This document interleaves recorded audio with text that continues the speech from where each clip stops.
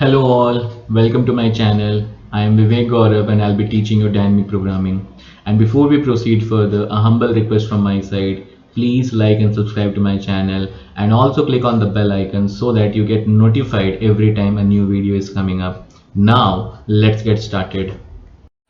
Hello all, today we are going to use the editor p5.js and we are going to make a ping pong game. Let me show you how the game looks like. So as you can see here, there are two paddles and one is being controlled by the computer and the other is controlled by the user. Okay, and you have to make sure that the ball doesn't go outside the paddle of yours. Okay, and we haven't added a score and everything over there. This is just a small demonstration of things that how you can make that, and once you know how to do all these things, then you can of course go on and add the scores. Okay, so now what you can see over here is that we need two paddles and we need one ball, and the ball keeps on moving and the paddle is being controlled by the mouse. Okay, so now let's go ahead and start writing the program. So what you can do is that you can open this editor.p5.js.org. You can sign in. As you can see, I'm already signed in over here, and you will get a default project. So let me create a new project. So when you create a new project, you will get something like this, where there are two functions already. As you can see here, we have function setup, which is already having a function create canvas. This is the width and this is the height.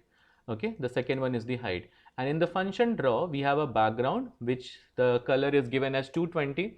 Okay, so if I run this, and you can see that I'm getting a canvas like this. Okay, so what I will do now is that I will put the canvas, I'll comment that line, so I do not want a canvas now.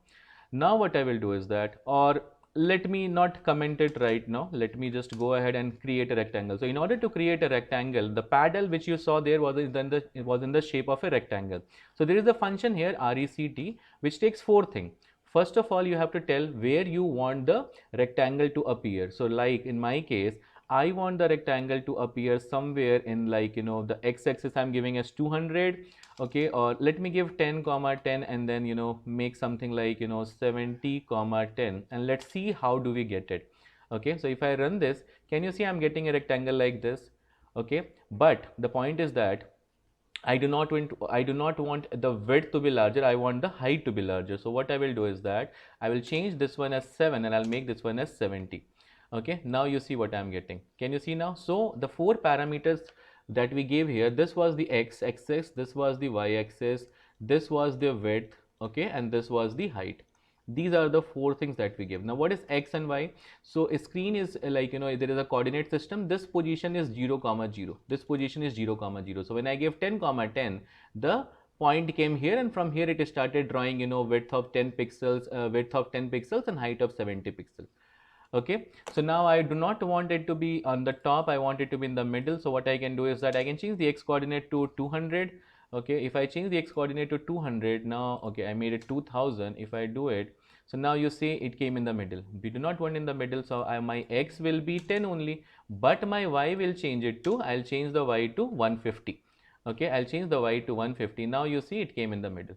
So we have got one rectangle, one paddle. Now I need the another paddle. For that I'll be creating another one, and this also will be like, this will be, I'll keep it in the 380 so that it come on the on the other side, right side, and there the y coordinate will be 150 only. The width I'll keep it as same 10 and height will be 70. Now you see, so now we got two paddle. Now we need ball also. So ball, we can make an ellipse. Okay, I can make an ellipse, and here what I will do is that I'll give 200 comma 200 comma 10. Okay, now you see I can see a ball also. Okay, so I can see a ball also, 200 comma 200 comma 10. So the ball is also there. Now the point is that what we need is that we need to move the ball, we need to move the paddle. So let us, first of all, let's start with moving the ball. So how I can move the ball? So I can change the position of the ball every time. So for that I can create a variable. Okay, so let me create a variable for x equal to 200 and y equal to 200. So these are the two positions for the ball, initial position of the ball. So I'll replace 200 and replace 200 y for, for y as for the ball. So now I can see the ball is still there. And here if I'll make x is equal to x plus 1 and y equal to y plus 1, now you see what happens. Can you see the ball is moving, right? I am just increasing the value of x by 1 and y by 1. And instead of that, what we can do is that we can take two more variable, like dx is equal to 1 and dy equal to 1. Okay, and instead of adding 1, we can add dx, x plus dx, and x plus dy. So what I'm doing is that I'm giving the changing the position of the ball, the coordinate, the x coordinate. But now you see here, if I remove this background color, now you see what happens.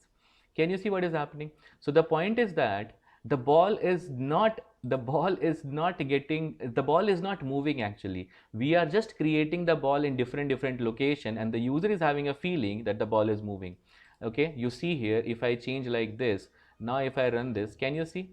Can you see there was one ball over here, the another ball got created over here, the another ball came here, third here, fourth here, fifth here. But since all of these are happening in a loop and all of these are happening in so fast that you do not understand that the new ball is getting created or you are actually moving the ball. Okay, because what was happening is that every time a new ball was getting created, the previous ball, we were just changing the background, we were just putting the background with the color, and that is the reason you were having that feeling that the ball is moving. But see, the ball is not moving.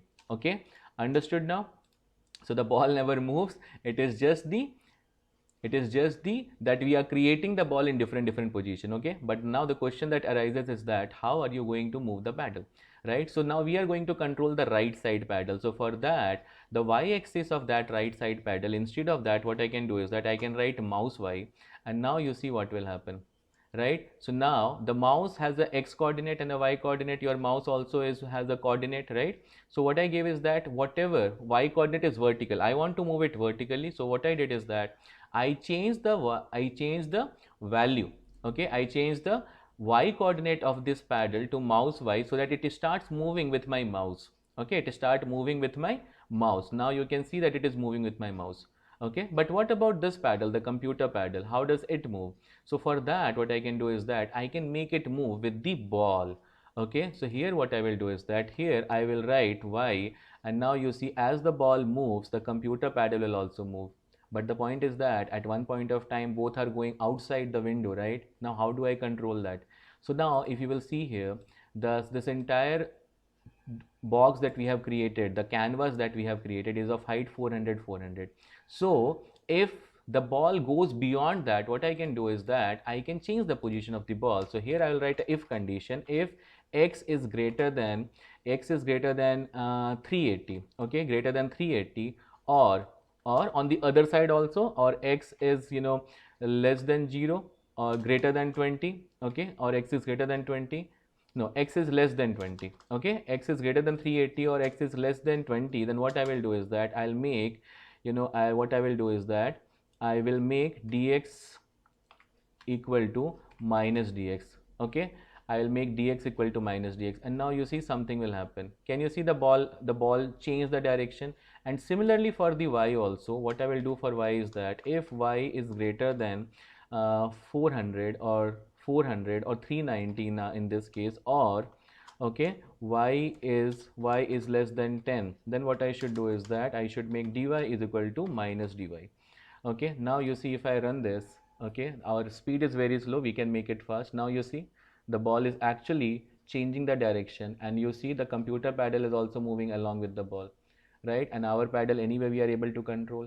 So this was just a very simple thing through which you are able to control it. Okay, if you want to increase the speed, what you can do is that you can increase this like 3 and you can make it 5, okay, 4. Now you see what will happen. Can you see the ball is moving faster now, right? So you can control the speed with the dx and dy that you have, and that will actually help you to move the ball faster if you want to move it faster. Okay, but other things we haven't added, right? The other things that we haven't added is that the score and everything. Second thing is that actually we are not letting the ball go or change the direction with the help of the paddle. Even if you do not move the paddle, now the ball actually will move the direction. So this program that we have made is actually for the beginner level, and there is a lot of limitation in this program that you can correct once you go ahead and start learning more concepts. So this was just a basic game to demonstrate you that how you can use p5.js editor. Now p5.js is basically used for more animation and game, right? You can make a lot of animation, you can make a lot of games over there. In the time to come, I'll keep making some videos on that so that you can have some idea and you can learn with me.